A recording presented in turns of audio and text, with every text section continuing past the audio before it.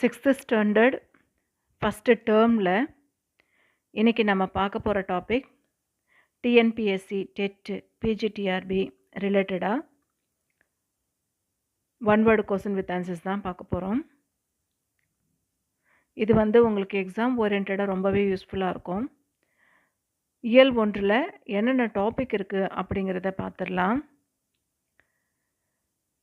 First இயலில் இன்பத்தமிழ், Tamil கும்மி, வளர்தமிழ், கனவு பலித்தது, தமிழ் எழுத்துக்களின் வகையும் தொகையும், இந்த 5 டாப்பிக்கும் இயல் 1ல் இருக்குது. இன்றைக்கி நம்ம பார்க்க போகிற டாபிக் தமிழ்த்தேன்.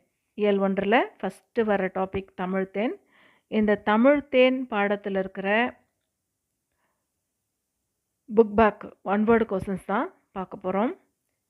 இது உங்களுக்கு எக்ஸாம் ஓரியன்டாக ரொம்பவே யூஸ்ஃபுல்லாக இருக்கும். ஃபஸ்ட் ரோமன் சரியான விடையை தேர்ந்தெடுத்து எழுதுக. ஃபஸ்ட் கொஸ்டின், ஏற்றத்தாழ்வற்ற டேஷ் அமைய வேண்டும். ஏற்றத்தாழ்வற்ற சமூகம் அமைய வேண்டும். நான் ஏழை பணக்காரன் இந்த மாதிரி இல்லாமல், உயர்ந்த ஜாதி தாழ்ந்த ஜாதி இந்த மாதிரியும் இல்லாமல், ஏற்றத்தாழ்வற்றன்னா எல்லாமே ஒன்று தான் அப்படிங்கிற ஒரு சமூகம் அமையணும். ஒன்றுக்கான பதில் சமூகம். கேள்வி 2, நாள் முழுவதும் வேலை செய்து கலைத்தவருக்கு டேஷ் ஆக இருக்க வேண்டும். என்னாக இருக்கும்? ஒரு நாள் முழுக்க வேலை பார்க்குறாங்க அப்படின்னா அவங்களுக்கு எந்த மாதிரி இருக்கும்? மகிழ்ச்சி, கோபம், வருத்தம் இது எல்லாத்தையும் விட வேலை செய்கிறவங்களுக்கு அசதியாக இருக்கும், டயர்டாக இருக்கும். கொஞ்ச நேரம் ஒரு 1 hour வேலை செஞ்சிட்டாலே டயர்டு வந்துடும். 3, நிலவு கூட்டல் என்று என்பதனை சேர்த்து எழுத கிடைக்கிற சொல் என்ன? நிலவு கூட்டல் என்று அப்படின்னும்போது இதை சேர்த்து எழுதும்போது என்ன கிடைக்கும் அப்படின்னா நிலவென்று அப்படின்னு கிடைக்கும். பி தான் கரெக்ட் ஆன்சர். கேள்வி 4, தமிழெங்கள் என்பதனை சேர்த்து எழுத கிடைக்கிற சொல் என்ன? தமிழெங்கள் அப்படின்னத சேர்த்து எழுதும்போது என்ன கிடைக்கும்? தமிழெங்கள் அப்படின்னு கிடைக்கும். இழு ஏ ரெண்டும் சேர்ந்தது வரும்பொழுது ஜே அப்படின்னு வரும். இலக்கணத்தில் நீங்கள் இதை படிப்பீங்க.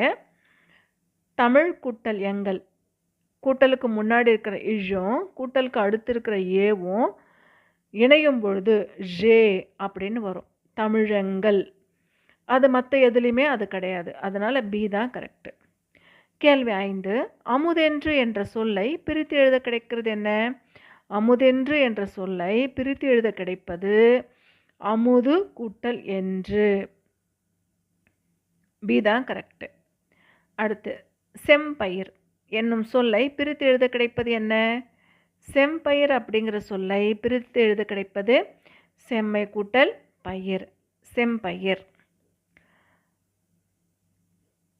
அடுத்து, இன்பத்தமிழ் பாடலில் இருக்கிற கருத்துக்கு ஏற்றபடி பொறுத்துக கேட்டிருக்காங்க.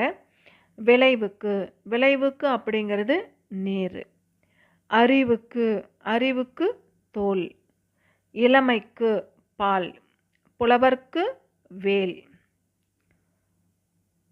அடுத்து, ஒத்த ஓசையில் முடியும் இயைபு சொற்களை எடுத்து எழுதுக.